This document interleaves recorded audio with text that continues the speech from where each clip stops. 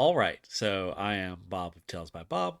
I'm an author, podcaster, yada yada. Do a lot of things. TalesbyBob.com. You can check it all out. Anyway, I do a lot of mentoring and workshops and things like that at conventions and the like. And this is one of my more popular ones. It's earnings beyond royalties. I also sometimes call it diversifying your revenue streams as a creative. It just depends on where I'm presenting it. Uh, Sorry if I sound a little congested. It's because I am. Good stuff. All right, let's dive in now. Who am I? Bob, obviously. I like to give a little background so you know why you should be listening to me, if you should be. Uh, like it says here, author, podcaster, indie game designer, freelancer. I've got a couple of useless degrees. I love puns. I have been seriously self publishing since 2021. Before that, I was traditionally published with a small press, and I have recently signed a publishing deal with Falstaff Books to put out a horror novel of mine in 2025.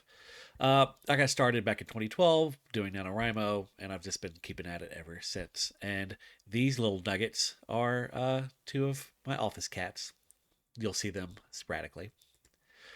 Why you should listen to me? I'm a huge nerd, and I love tracking stats.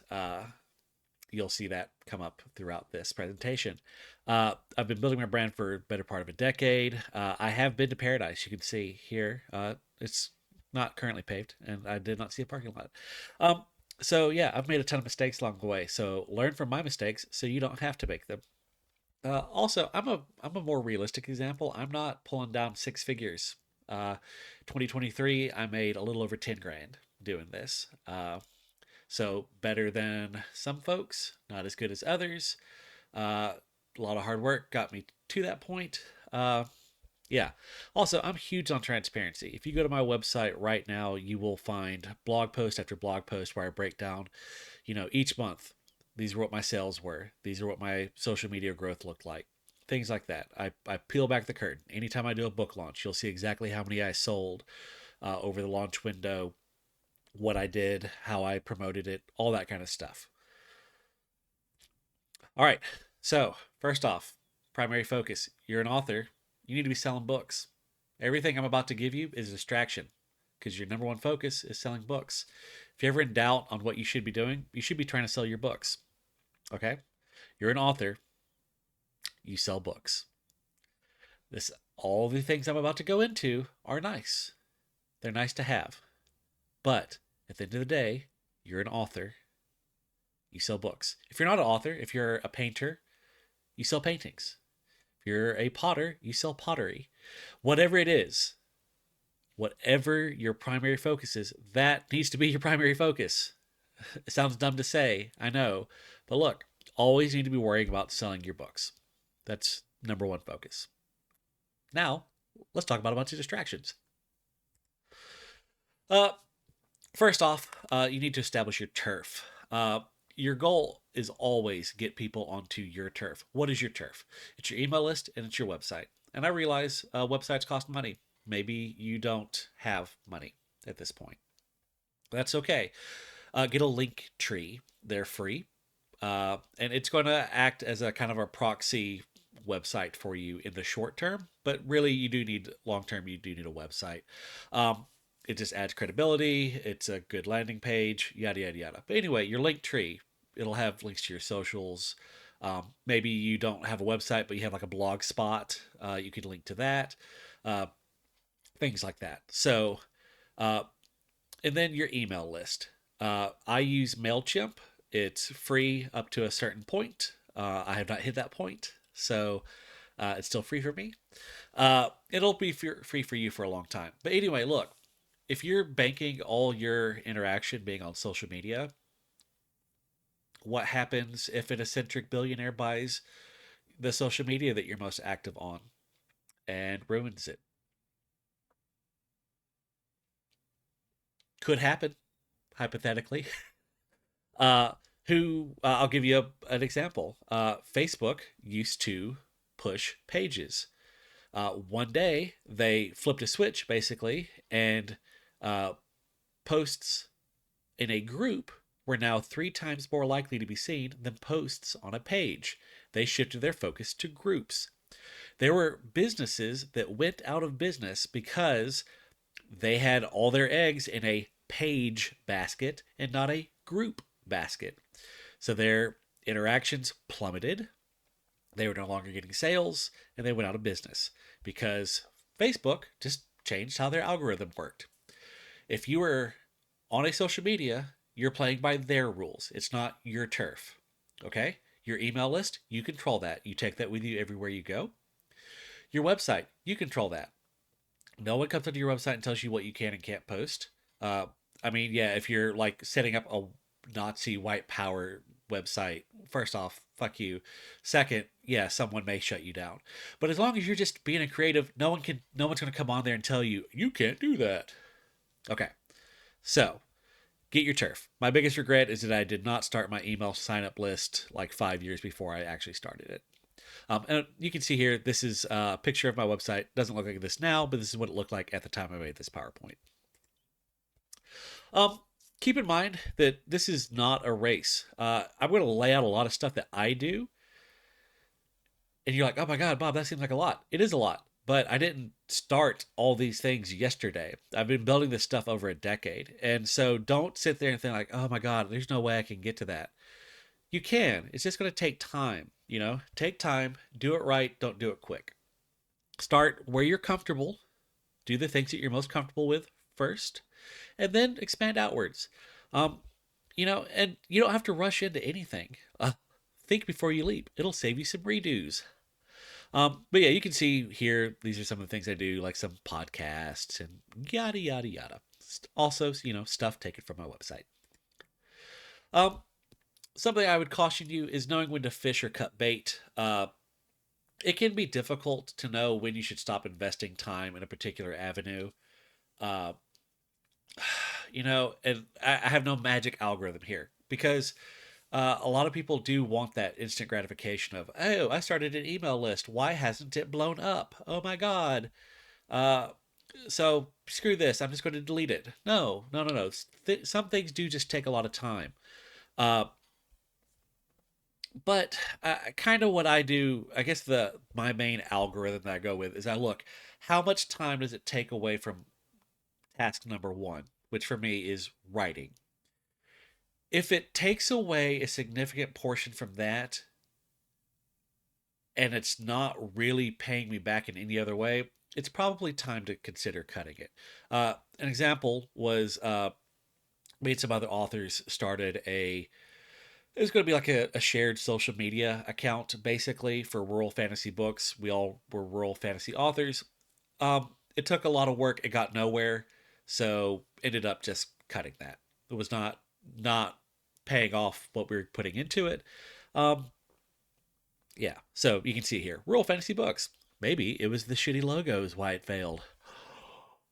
Could be my graphic design work at work. All right.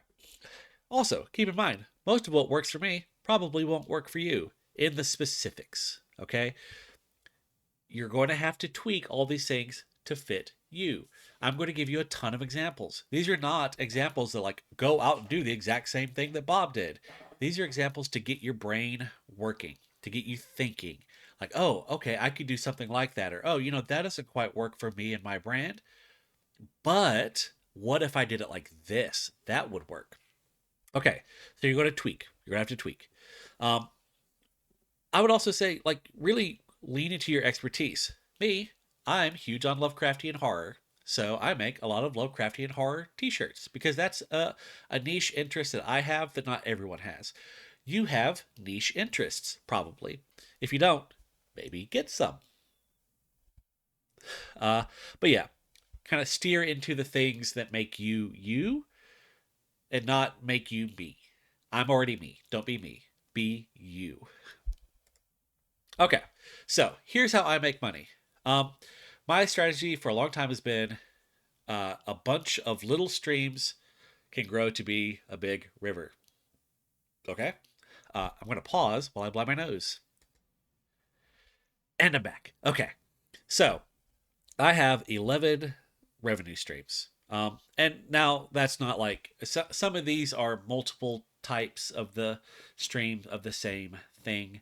Um, but my goal is always for book sales to be number one. So you can see down here, these are all my individual revenue streams and how I track them on my spreadsheet. And this you can kind of see, this is obviously not up to date because I'm recording this in 2024. So, but you can see kind of how sales have kind of grown over time. So, uh, yeah, like my monthly average in 2021 was 110 bucks, in 2022 is 209 bucks, and at this point in 2023 it was 613. But it was more than that. Like I said, I made over 10 grand in 2023. So, um, all right. So freelancing. I don't really do this anymore. I am open to it if the right circumstance comes along. But this was really important early on because this is what built up the war chest that allowed me to do a lot of these other streams and also covered a ton of my upfront publishing costs when I started self publishing. Uh, so, what I did specifically was I had a Fiverr that was for, initially it was for $5. I'll write you 500 words of whatever you want. It taught me some good skills like meeting deadlines. Uh, it uh, it caused me to explore and write a bunch of things I never would have written otherwise. I once got hired to write a Doctor Who My Little Pony crossover erotica. All right, that was not on my to-do list of things I would like to write. So yeah, I never would have written that otherwise. So it caused me to stretch my muscles a little bit. I used Fiverr. There are other sites like Upwork.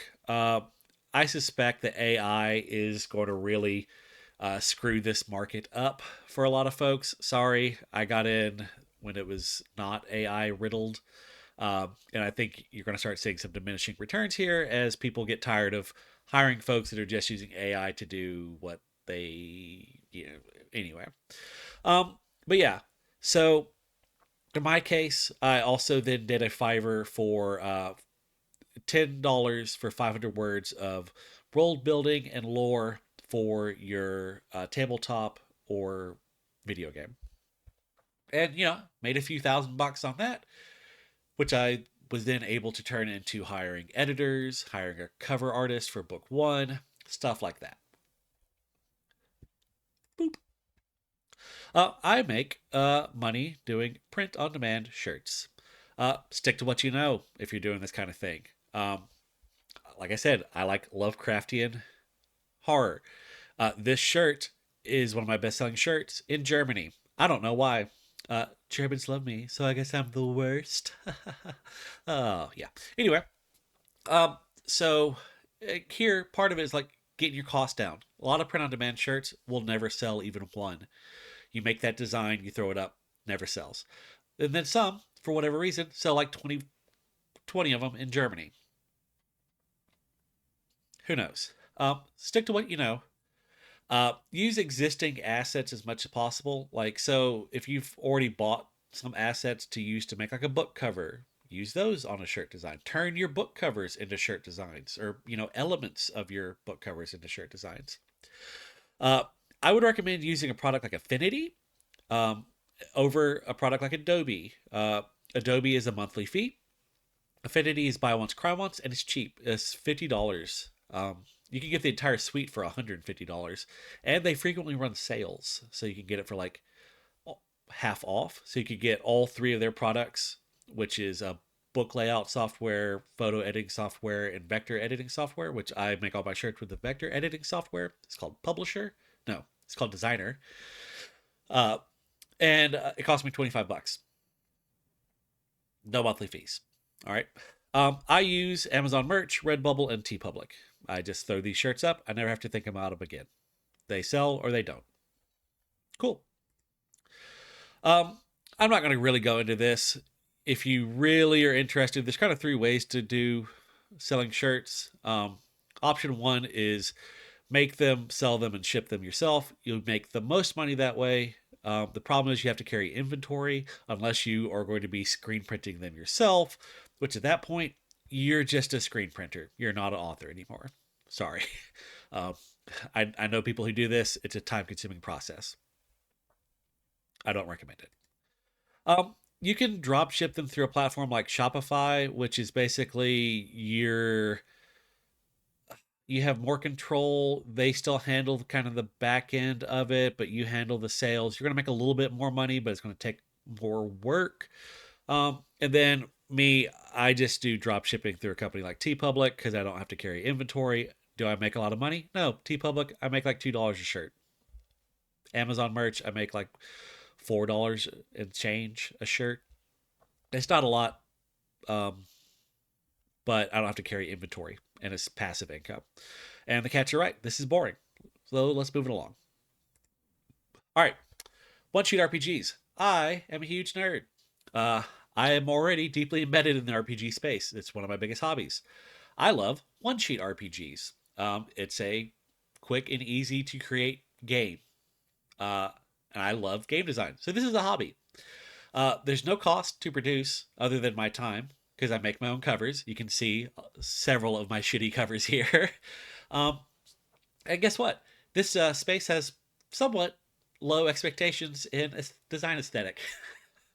So I basically just take all my games. I've got like 35 of them. I throw them in a bundle on Itch. You can get all my games for $5. I sell 3 or 4 of them a month in a good month. Cool. That's $20 I wouldn't have had otherwise. And guess what? I was already making these games because again, it's a hobby. Affiliate links doesn't cost you anything. I started this with my podcast, Books, Bridge, Booze, but I don't really do it with that anymore, and I just kept the affiliate link. Um, excuse me. So I started a project. I call it my list project. You can go to my website. You can just find tons of lists of urban fantasy books, whatever niche interest you have. Like, I want books with necromancers. Cool, I have a list for that. I want books from set in Alabama. I have a list for that. Uh, all those are affiliate links. Anytime someone clicks one of those links, it takes them to Amazon, and anything they buy over the next 24 hours, I get a percentage of. Doesn't get me a lot of money, but it doesn't take any time. I was already going to go grab that link to drive someone to that place anyway, so now I just grab my affiliate link. Boom. I use Amazon Associates. Just be careful, read the fine print. Um, you can, you know, lose that account if you break the rules. I don't break the rules. I haven't lost my account. I know people who broke the rules, they lost their account. I know people who broke the rules and they haven't lost their account. But I just like to stay inside the lines because, yeah, it's not a lot of money, but, I would rather have this money than let Amazon keep it. Boom. Fees. So these are like appearance fees, like when I get paid to go do a workshop, or if a convention pays for me to be there, like to be the guest of honor or something like that. Doesn't happen a lot. Okay, I'll admit. Uh, I'm a pretty small fish here. Uh, but guess what? It doesn't cost anything. It's just something that as you build your brand, you kind of throw yourself out there. Eventually, it will come or it won't. Um, and it's really going to require a lot of networking. But when it does happen, it can turn an event. I'll give you this example. I was the literary guest of honor, I guess, at a MagicCon, small convention in Brundage, Alabama. They paid me to be there. They gave me a table to set up at. I could sell books. It turned sales were good, but sales plus an appearance fee turned a good day to a great day. Yeah.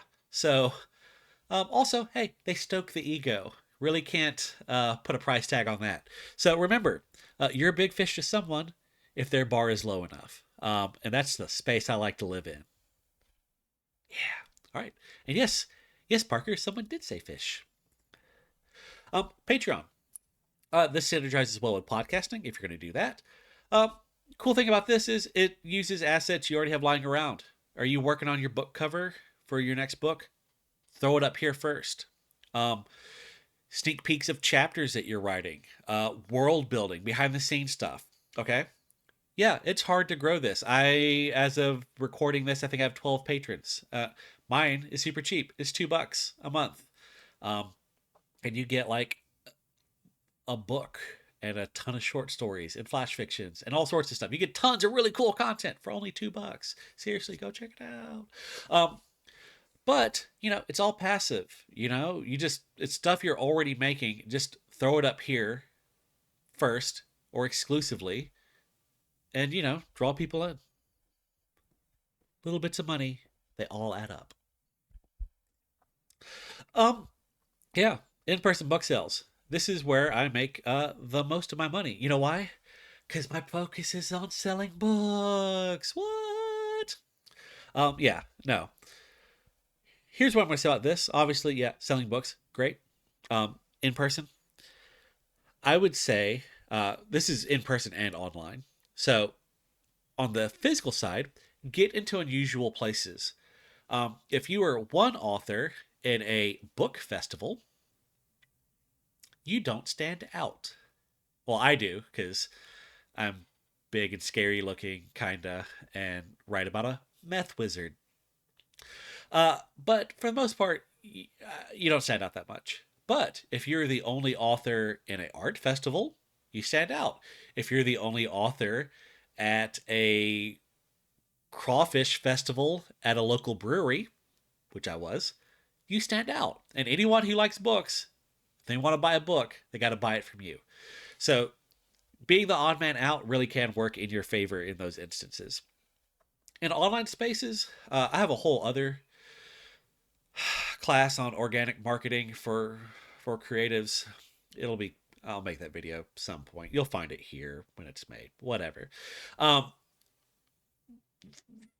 that's a lot to go into. What I'm just going to say is bring value into the spaces that you're in, and people will follow you home. Don't just sit there and buy my book, buy my book, buy my book, buy my book. No, be in spaces, engage, have conversations, become an integral part of the community, and people will follow you home. And then, yes, you do occasionally say, oh, hey, you know, y'all see me around here. I'm an author. Check out my books. You can see here, this was a book launch event I did in a local coffee shop slash bar. I could have done it in a local bookstore, but I thought that people would be more apt to hang out if they could buy a coffee and or a beer. Worked out okay. Um, I also make money doing postcards and stickers. You can see some of my postcard designs. Um, you can often use assets you already have lying around. Like, for example, hey, you see this Haunted Carcosa? Remember that German shirt that was so popular? Yeah, turn it into a postcard. Sold none of them. It's great. Um, but yeah, it's a small something that couple perks there. One, someone may walk up to your table and be like, I want to support you. I don't have 15 bucks. I'm not buying your book. Oh, but wait, you have a postcard that's $2? Or, oh, you have a sticker that's $1? I'll buy that. You weren't going to get that 15, but now you're at least getting something. Also, these are items that are small and cheap enough that you can give them away without really hurting your bottom line. Um, you can throw them into bundles. Like, for example, right now I'm offering a bundle. It's the ultimate Tales by Bob bundle.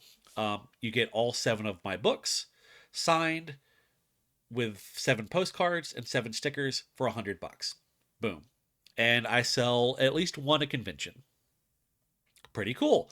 Um, and yeah, so I don't really lose any money by throwing in some stickers and postcards. I make more money that way because people are, oh, it's such a deal. Yeah. Anyway, so these things also kind of reach a different demographic. They're also cheap and easy to mail. If you ever like, you did, oh, you were so great, you were so integral in getting me into this convention. Let me mail you a postcard as thanks. Boom.